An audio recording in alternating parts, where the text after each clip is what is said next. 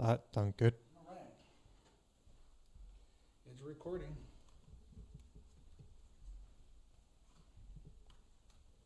I gotta get used to these things, man. Mhm. Everything's new. I don't know how to use it yet. All right. All right, Jacob, can you hear me pretty good? Yes, so Can you hear me on your yeah, headphones? yeah. All right. I think I can hear myself too. Let me go ahead and turn this down a little bit. The mic. Turn the mic right there. Volume up on that. All right, Jacob. More than anything, thank you for being here, man. Oh, thank you for having me here today. It's an honor to be the first guest here Yeah, yeah, on your new podcast, which is really exciting. yeah. I never thought this was gonna happen. I'm always out there. Right. You know, we all try to make the world a better place in our own way. Absolutely. And like I said from the beginning when I first met you, I knew you were unique, and I knew you were very special because you feel the vibes, the vibrations, the frequencies, people's vibrations and frequencies. And I knew that you had something in you that not a lot of people have. Okay. You have a way that you set your fear aside and you go for what you like. And I like that. And you have shown that Thank you. because, you know, if you think about the circumstances, you learned to go past your fears and become something that I can almost say that not even you, when you were a kid, you were able to, to accomplish, you were able to do.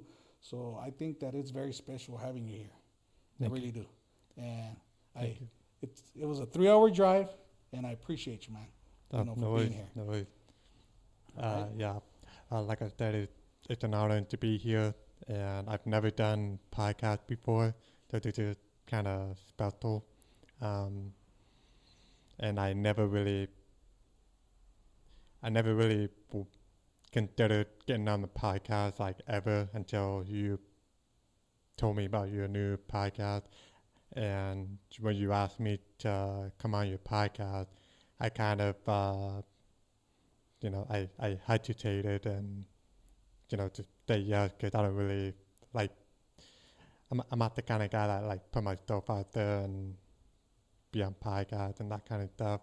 But after a couple of weeks, you kind of convinced me to tell my story, and now I'm actually excited to be here to tell my story. Well, your story is going to change a lot of people. So, I know a lot of people who are able bodies that don't do what they know they can do out of fear, out of right, laziness, out of whatever it might be. And you are a good example of how you can thrive regardless of the circumstances. And I think that your story is going to go a long way. so, It's going to go a long way. It's going to help motivate somebody who feels that they're stuck wherever they're stuck because of their surroundings or the circumstances that they're in. right. And you were actually one of the motivating factors in having guests here. That's cool. Because I knew that you were going to change somebody. It's just I never thought I would see it, and when I did, I didn't I didn't think, you know, maybe because I'd never been in that situation, but I didn't know how far it was going to go. Right. And you've gone above and beyond, and I can actually say that you are better than a lot of people who've been in the game for many, many years in the short time that you've been doing what you're doing, you know? Yeah, that's something like you mentioned a lot, and I always I always thought I'm doing just like everybody else is doing, but the way you're telling me is like going above beyond you know what you just mentioned earlier. Um, I always thought I always keep myself humble. Like I'm very humble.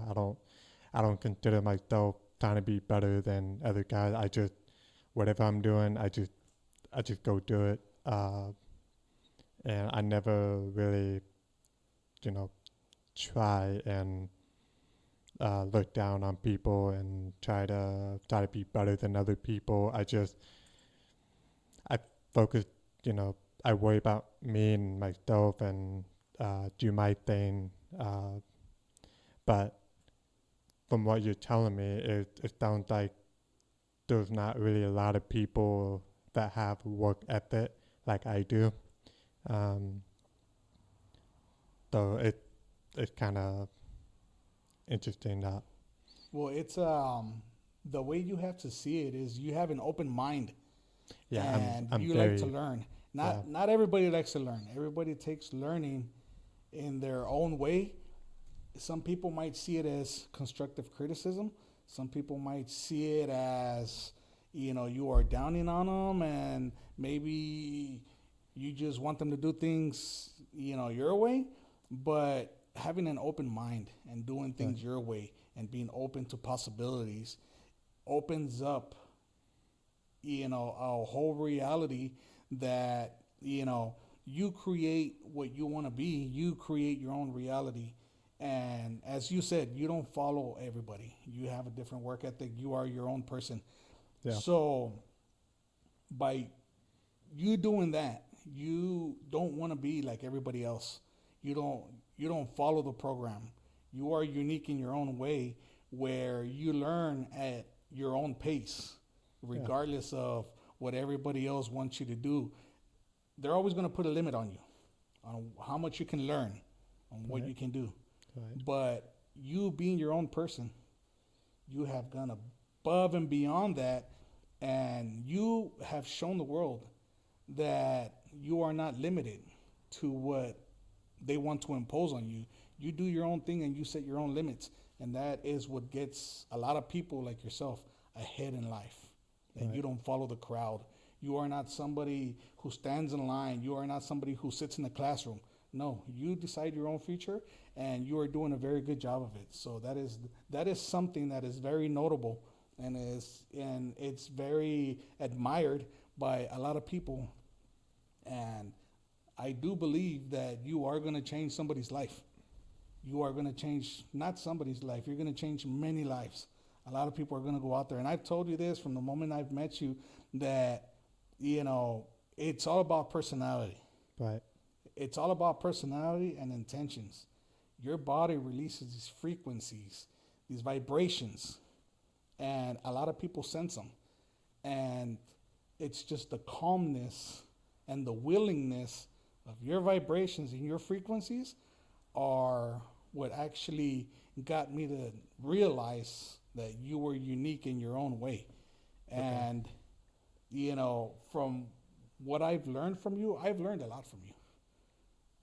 I've learned that because we always hear all these speeches from all these people, and it's always good to hear stories about how this person made it regardless of the circumstances. But meeting somebody who has done it opens up your eyes in a way that even you self reflect and say, man, you know, I'm not saying that if you can do it, I can do it, but I'm saying that, man, and here I am complaining about what life has given me and how I choose to give up right so easily, knowing that there are many more people, you know, who might have it better or worse, you know, and they're able to thrive with what life has given them.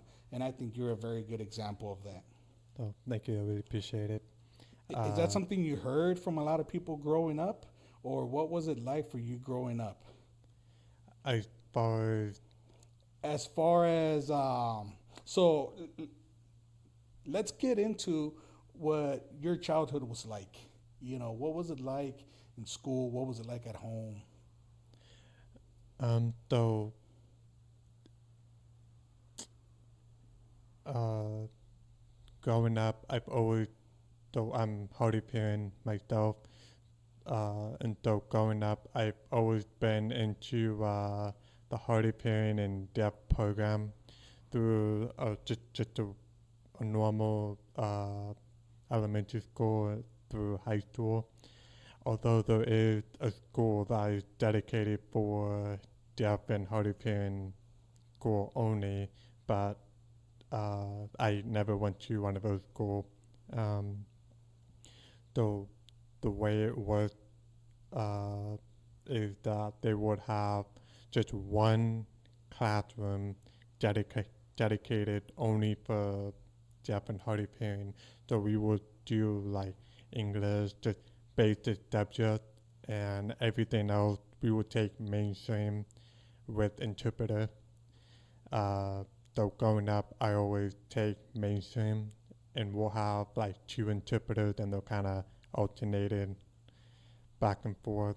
Did they help you at all? Those being in those classes, being separate in those classes, did they help you in any way, or would you have much rather be with the other students? Um, you mean I both having interpreter? Yeah. So let me rephrase that comment. So my son was born. He has ADHD, a little Okay. slow of learning. He gets distracted. He's all over the place. I myself, I have ADHD, and so my son, what they do is they go and they pull him out of these classes, and he goes to these classes because they think he's slow of learning. And then the other thing is because he's Mexican, or he comes from a Hispanic household, they think that he's gonna have some sort of a speech impairment as far as language goes or something. And so what they do is they put him in these classes. And these classes, what I think they do is they maintain his progress where it's at instead of advancing with everybody else, right? And what they do is they go and they teach you Spanish, and he doesn't speak Spanish. Really? But because he comes from a Hispanic household, he's in these classes, and in these classes, they automatically think that he's not learning at the pace that he's supposed to be learning English. Right. And what they actually did was they slowed down his progress, his learning progress, to the point where it was almost like he was a year behind because of these classes, because of where he comes from, or because he has ADHD and he can't sit still. They think, oh, he's not learning at the same pace as everybody else, so we're gonna put him in these classes over here. When in turn, what they actually did was slow him down.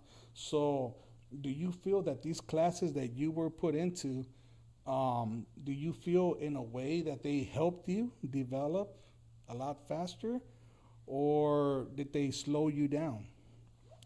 Um, I don't, I don't think so. I think every student, like deaf and hard of hearing, each one of them is different. Uh, they all have their own learning pace, and I consider myself having a decent learning pace growing up. I never really failed any classes growing up. I don't think. I think the lowest I've gone was probably like C, and that's about it.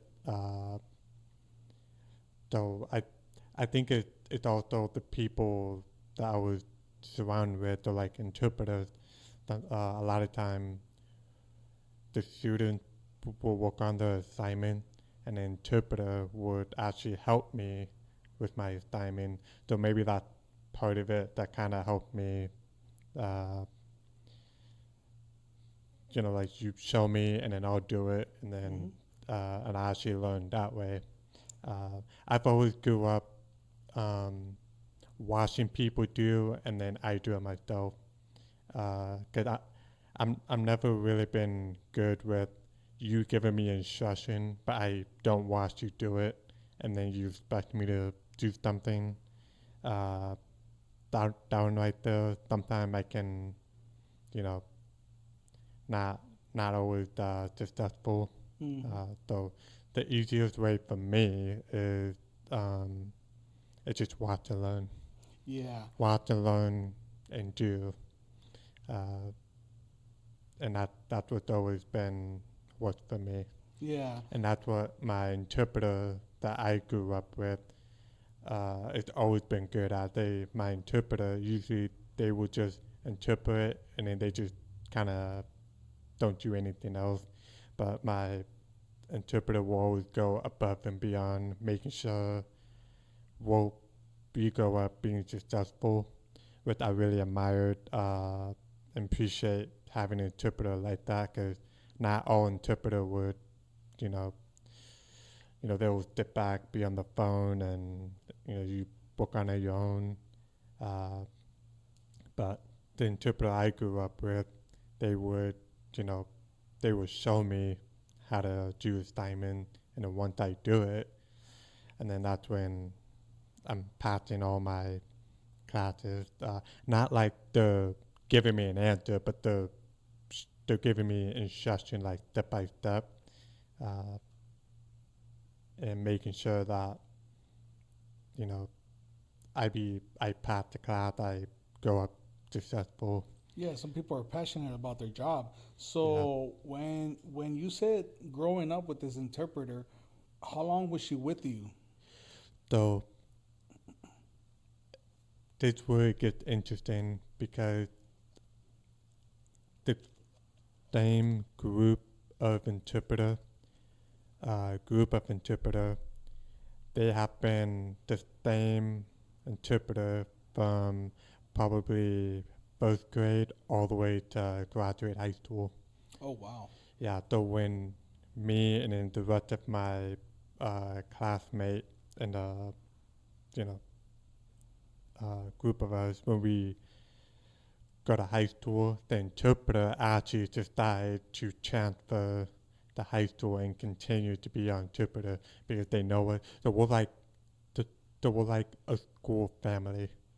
So Wow. we're like our own family. And then I had a teacher that was also my first grade teacher, and then she became my teacher again in high school. Oh wow. And I feel like the underappreciated, and I think they need I think they deserve more because of Yeah, what they yeah. do, and I can't. I don't know what I would do without that same group of interpreter. Yeah, I'm it's sure other interpreter will be fine, but because we're so close together, and we grew up together, and I still keep in touch with them every once in a while after high school, like in college, or after college. I would keep in touch with them and see what they're up to and whatnot. and what where did this happen? You growing up, where did you grow up? I was originally from Stockton, California, and uh, so I kind of grew up in Stockton, and I also grew up in Manteca. So I kind of went back and forth, Manteca and Stockton, which is like 20-minute drive. And I went to school, uh, elementary to high school in Manteca. Oh wow. So Yeah, you would say you grew up in Manteca more than anything. pretty much. Yeah. You're a Manteca boy, yeah. So as far as school goes, you mentioned that you've been hearing impaired Yeah, since you were born. pretty much. I got my cochlear when I was like probably 3 years old. 3 years old. 3 years old, I think. Uh, yeah, I'm pretty sure it was three. Jimmy, 3 years old. Why don't you tell us a little bit about what it was like when you first do you have any memories of you know um what it was like not being able to hear the way you do now, and Do you have any memories of that? When, like, what were the No, earliest memories? I, I don't think a lot of 3-year-olds will remember anything until, but my grandmother, I believe it was my grandmother, she actually had the photo of the day I got my first hearing implant, and I was able to hear for the first time. And what's funny is the picture of me when I was 3 years old, I looked confused. So being able to hear for the first time at 3 years old, you're very confused. You're like what is that? You don't know what hearing is until that day. So you're like discovering what hearing is until the picture of me. I looked so confused in that picture. It was so funny. I've seen videos of, they have, these little, like these infants or these toddlers Yeah, when they get them sometimes, and usually the first voice that they hear, it's usually the mother's. right. Is that how it was for you? You know, again, I don't really remember my reaction was. I don't remember the whole. I do remember going to hospital for surgery to get a cochlear, but being able to hear for the first time, I don't really remember What any of it. about when you do remember hearing? What was learning like for you? Um, Learning you know, I can only imagine. Do you have memories of what it was like when, you would hear your voice, and, when you would hear people speaking? What was learning like for you that's a that good you can question. remember?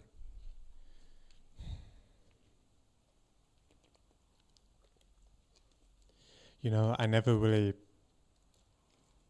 thought too much into this. Um, yeah, it's hard for me to say. Yeah, I can tell you that for myself, so I didn't start school till until I was like 9 years old, or I didn't start school till I was in the third and a half grade.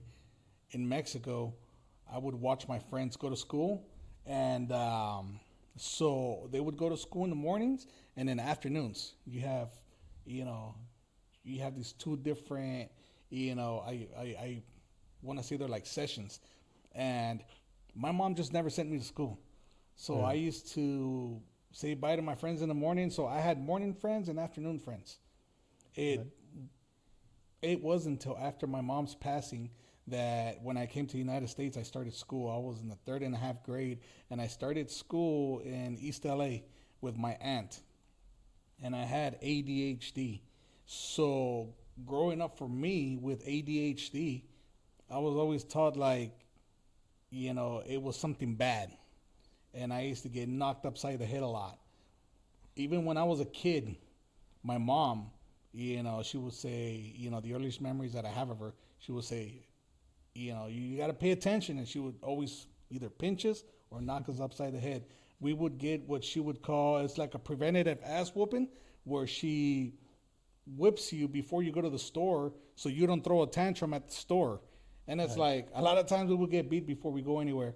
Like, you know, why am I getting beat? It's like, well, that's what's going to happen to you if you ask me for anything at the store. It's like, the hell? right, right, And so me growing up with ADHD, um, I didn't realize what it was until I was already older. And but as far as learning comes, it comes all of a sudden. Everybody expects you to know something by a certain age, by by a certain grade. You have to know so much, and they have these tests. And I was always behind. And then I remember one year, I just boom, it's like a light bulb went out, went on, and I started learning everything, not just for the current grade level and what I was behind, but I was getting ahead of everybody else, you know. And I guess what I'm wondering is, do you feel that you were where you were supposed to be, or did you feel that you were ahead, or behind? Um, What did school make you feel? I never really felt ahead or behind. I would say is that I've always been really good with getting everything done. So you know how growing up, a lot of students, whenever they get their assignment, they will wait until bedtime to do them, or they'll wait to do the assignment at You the very last procrastinate minute. on everything. I'm I'm completely the opposite. Though my dad had this rule growing up is that whenever I come home, I have to finish my homework before I go to my friend's house. So what I would do is on the bus on the way home, I would just knock him down my homework and be done with it before I even get home. So that way, as soon as I get home, all my homework is done and I can go to my friend's house, play video game. Because my dad never really allowed us to have a video game console until a friend's house, the video game console. So I will go over there, we'll play games, we'll go do crazy Sweet. stuff. And even in school too, teacher will say, okay, here's your assignment, just get it done whenever you can. And everybody will just put it in the backpack and they say they'll do it later because they want to go play, they want to go do something else. But I was never like that. I was always get it done now and then play later. What were friendships like? Did you have a lot of friends? Did you ever get bullied in school at all? No, no bully experience for me. I would say that me and the rest of my hardy parent friends, we've only been friends and not friends with regular hearing student growing up. So we're always like glued together growing up. We're the only people we hang out with. We don't hang out with anybody else. I mean, we'll talk to them, but because we use ASL as a primary language and not speaking, so growing up, we always used ASL and we don't speak. Like, What does ASO stand for? I'm sorry. it's American Sign Language. Oh, okay. Yeah. ASL. Um, yeah, so growing up, we always, we sign in ASL, and although we can speak, but growing up, we chose not to speak. We just rather talk in ASL. That's just how we are growing up until I went into college, and that's when the friendship not really break up. We kind of keep in touch every once in a while because everyone has a different path, which is really interesting. Like me working in construction, my other friend he's working for Caltran, like data, computer, genius, whatever you call it. And my other friend is also what do you do? Just some computer engineering, things like that. And my other buddy owns a business. He makes vaping juice. Oh wow. So he owns a business. So it's so weird that we all have a different path, but we Yeah. still keep in touch uh, every once in a while. And so when I went into college, that's when I started rotating to speaking English as my primary language, and then ASL is my second language. Because growing up, ASL is always my primary language, and speaking English is my second language. Wow. So going into what you're doing now in construction. Okay, in construction, what are some of the hardest challenges that you've faced in construction? Oh gosh. Because I understand in construction, a lot of it is feeling and seeing, and but the trade that you got into requires a lot of hearing, both ways. A lot of it is has to do with the actual operation of it, where you have to wear earplugs, where less hearing Right. is the way to go. But you're a great setter. Why don't you explain to us a little bit about, you know, what are some of the challenges that you face in construction the most? I the main thing is they when the foreman or anybody they talk to me the way they talk to me like I've been here before, right? So I I used to be a firearm salesman for 6 years, uh, and so I have a lot of sales uh, sales experience, a salesman experience, and never construction experience. So growing up, I never really had a family member or anybody I knew that worked in construction. So I don't really know a whole lot about construction until last year when I was. So right now I'm 25. So last year when I was 24, uh, whenever I go into work for the meeting in the morning, whenever they talk about what the plans are, I'm standing there just scratching my head like, what are we doing again? I don't understand. Like I would have to really see it for myself.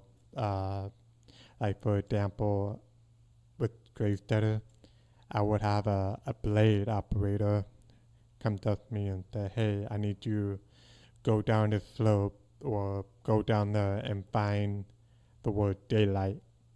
And they kept saying the word daylight, daylight, daylight.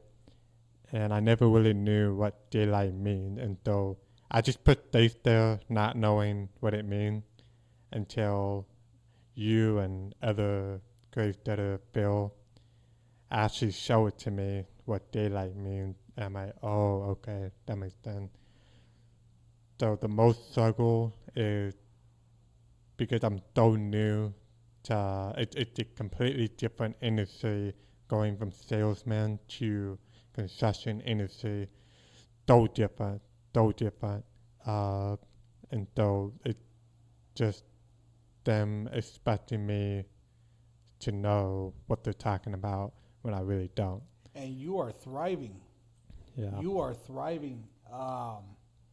One thing that I've learned about you is that you have an interior clock. When and so I've paid attention a lot to this.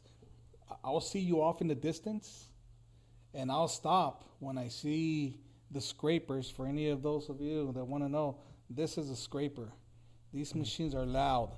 They have a lot of blind spots, and they are hauling ass most of the time. Yeah. And you never know when they'll sneak up behind you.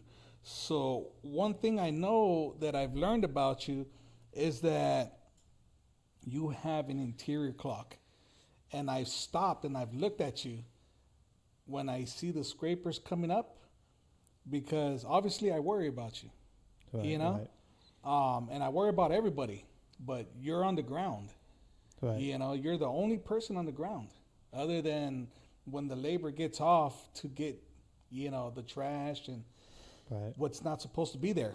And so I worry about you. So when I see those scrapers coming up, I've stopped and I've noticed that you have an interior clock that, you know, every time they are at a at a certain place where they're about to enter the dump site, the fill site, you always stop and look up.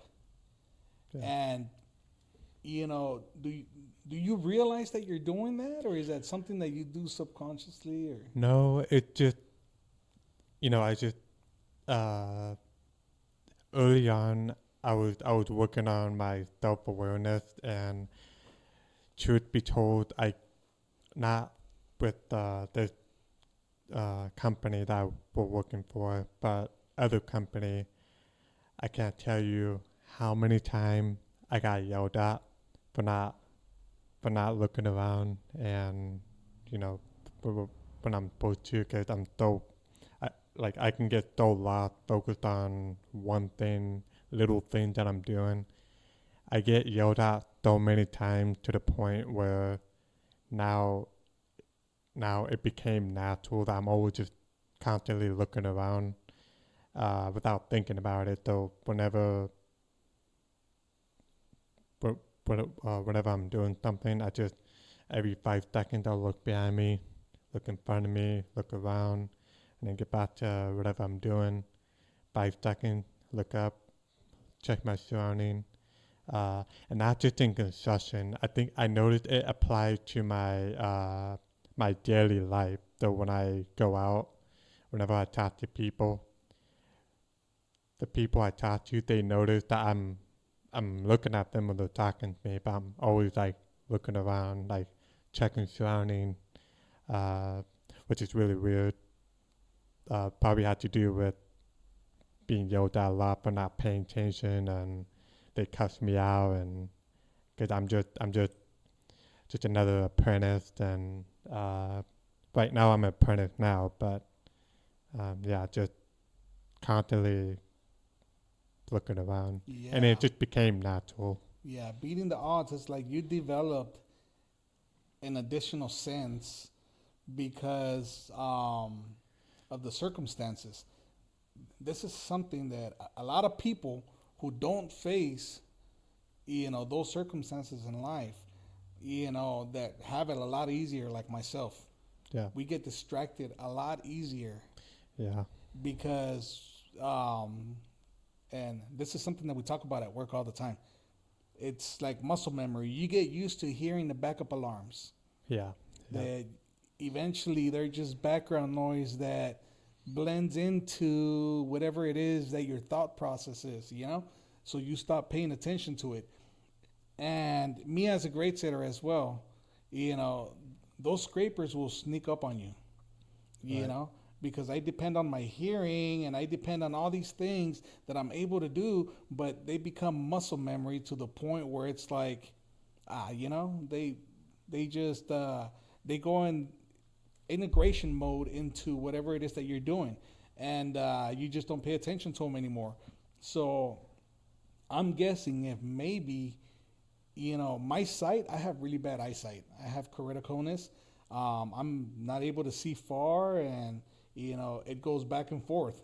So because of my eyesight, sometimes I stop and I look around a lot more than I should.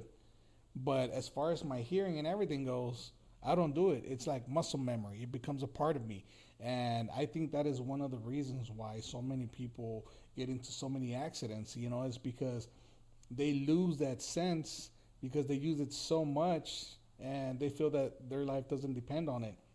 Whereas in the other way, you know, you are hearing impaired, but you developed not just your ability, to, go and cherry pick certain sounds, but you developed an additional sense to where it's like a timer right, right, and you look up after so often.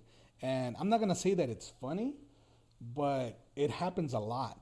And I noticed that you always look up at the same time that the scrapers, which I'm pretty sure I'm jinxing you right now. You're gonna go to work and be like, you're gonna remember what I said right now. You're gonna look up and be like, "Oh, the scrapers are right there," right, yeah, And but I think that you are an inspiration to a lot of people, and this is something that I've always told you. yeah, Your attitude, your way of seeing things. You are open minded. You're respectful. Obviously, you were raised by a good family yeah, because you are very respectful. And you and I have had some heart to heart conversations about our beliefs. And how even in our beliefs we choose not to follow the crowd. We choose not to go into the drift where the currents are going to take us wherever they take us. We are afraid to swim out of that. We are not afraid to swim out of the drift and see what else is out there. It's a big ocean, and you are, especially in this trade, a lot of people think that they don't have it for XY reasons, and they find excuses why not to do anything. You know, did you ever see yourself doing construction? Um, How did construction come about for you? so in high school, uh, I was in welding class. I was taking welding class, and one day my welding teacher took us all to um, what is it? Job fair. Mm-hmm. The it went from Manteca, and we took a bus down to job fair in Saturn.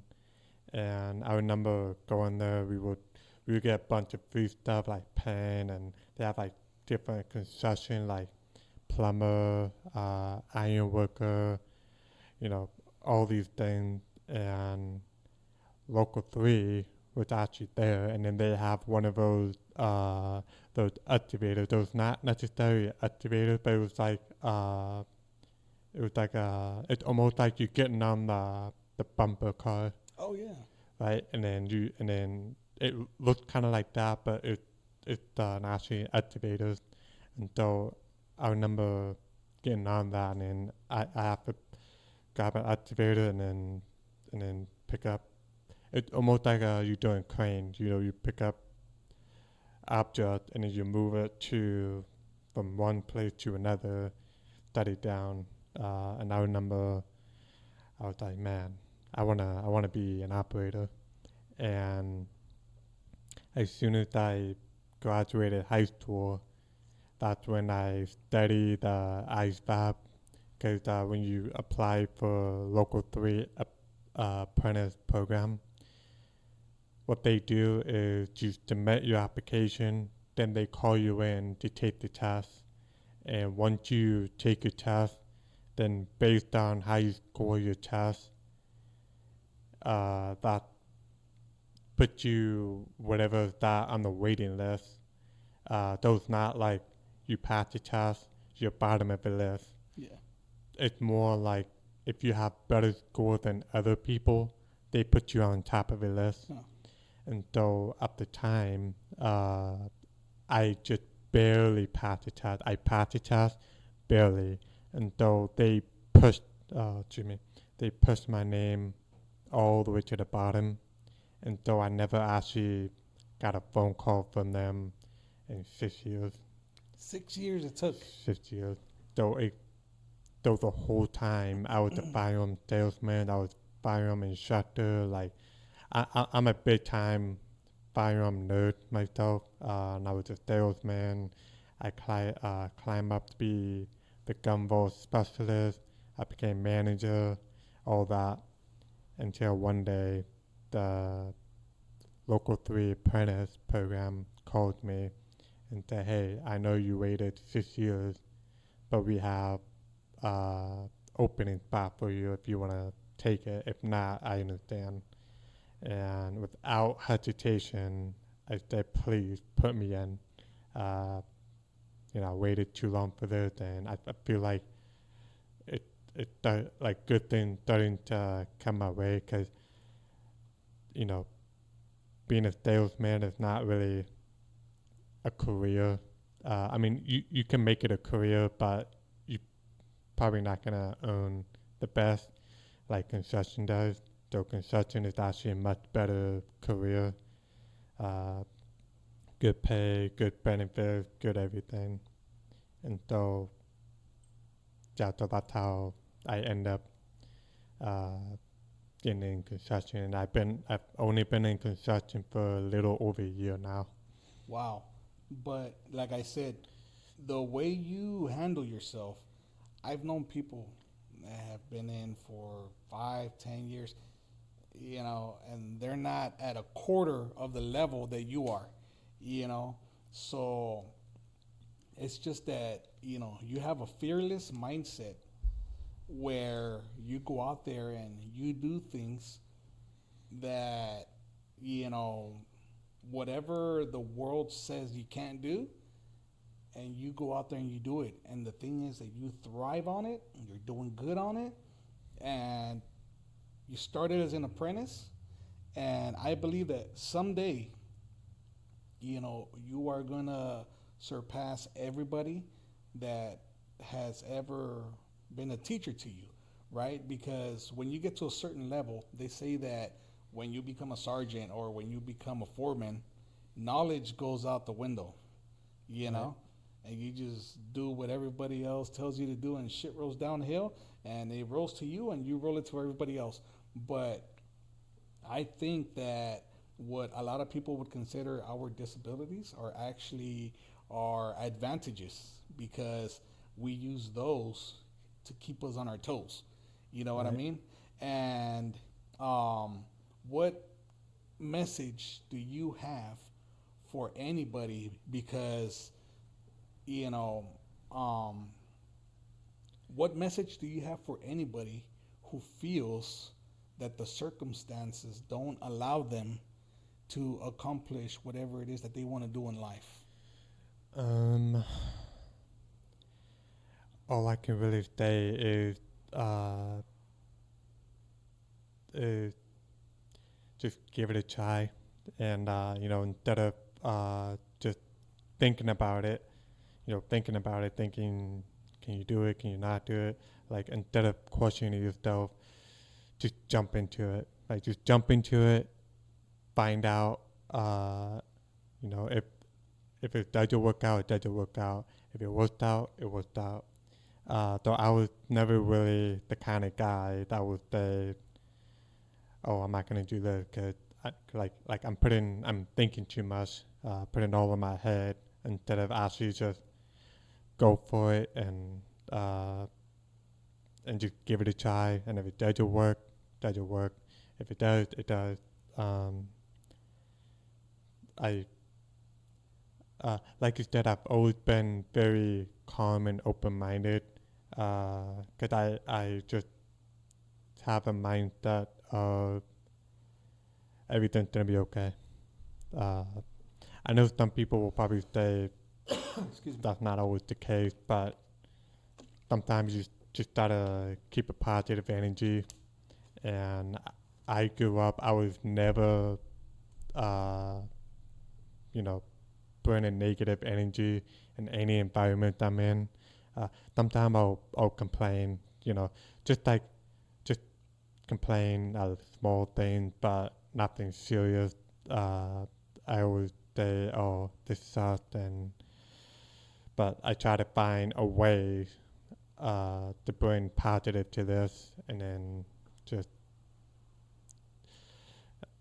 I guess you just take one day at a time. I guess So you got to try it. you You gotta got to put try. your fears aside, and you just have to try it. I've always said that you're always going to fail. If you're not failing, you're not um, advancing. You need to fail. You will never taste success until you've actually, you have to taste what it's like to fail in order to know what it feels like to succeed. Um, for every positive, there's a negative. Otherwise, there wouldn't be such thing as a positive. How would you know what to compare it with? You know. Yeah, So you always have to fail at something. And if there's one thing that I've learned myself is that the more you fail, the more you succeed, because it shows that you don't just fail, you continue trying. The harder you fail, the harder you succeed. The lesson is harder, right? And there's a quote that I heard that I've been, I continually tell myself every day. If you want three times the success, you have to fail three times more. The amount of times that you fail is going to be the amount of times that you succeed, because it shows that you're trying new things. Now, yeah, don't do the same thing that was the first thing that caused you to fail in the first place. Always learn from your failures, and don't make the same mistakes. right. You know, So, and then be fearless. The worst thing that can happen when you try something is it doesn't happen. Right. If you have nothing to lose, then you have nothing to fear. It's the way I see it, and go out there and try it. And I think you are a very good example of that. Like I said, you are one of my biggest motivations. And I can honestly say that if I hadn't met you, this wouldn't be happening. That is true. And you helped me realize that others need to hear your story Right. because, whatever it is that they're facing in life, you have shown and you have proven that by going out there and actually doing it, the worst thing that can happen is it doesn't happen. But for you, it happened. Right. And you are still continuing, to make it happen on a daily basis. And it's only going to get better. Right. Yeah, you made a very valid point. Is you know, like you mentioned, you failed so many times. That actually progress. Like you're making progress yourself. So how would you make a progress if you never failed? Exactly. Right. And then like you said, if you fail, you learn something from it. You try again. That progress. You progress, and then you grow yourself, and you grow wiser and smarter and more succeed and all that. And never give up. Never give up. Never give up. Never give up. Well, Jacob, it's a real honor having you here. Oh, thank you for having me here. This is actually a lot more fun than I thought it was. Because before I came here, I was a little nervous. I'm like, do I really want to do podcast? What am I doing?